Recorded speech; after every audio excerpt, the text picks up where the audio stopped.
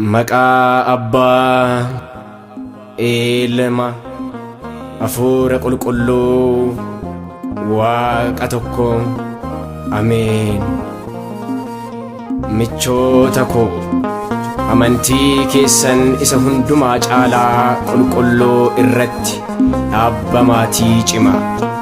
Ergaa Yihuudaa boqonnaa 1:20.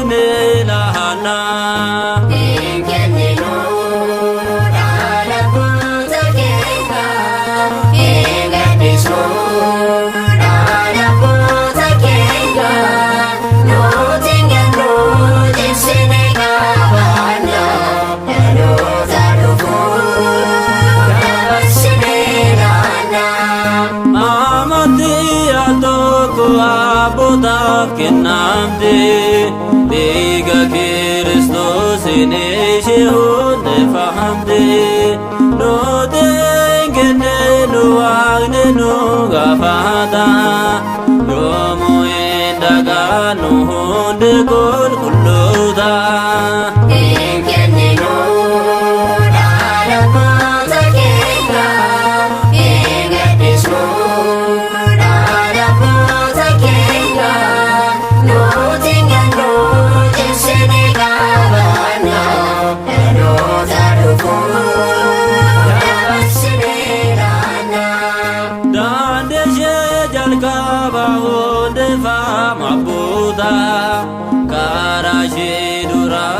Kaduka Buddha Waregam tonde sunar satu kudane Dabar sine dina filano jedahane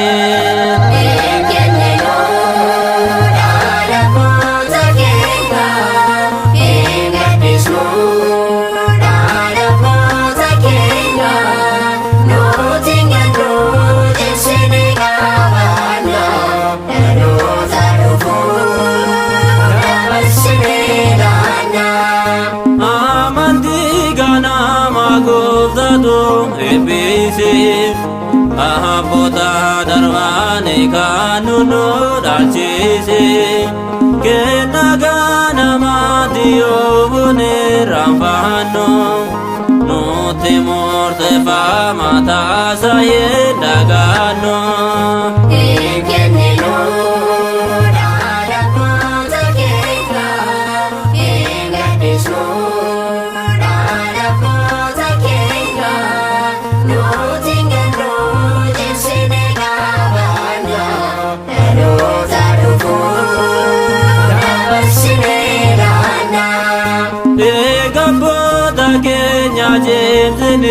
Kabahana no disingatif no itewani gavna ega bolo daudune jabana ahamanti dajim ne gofsaga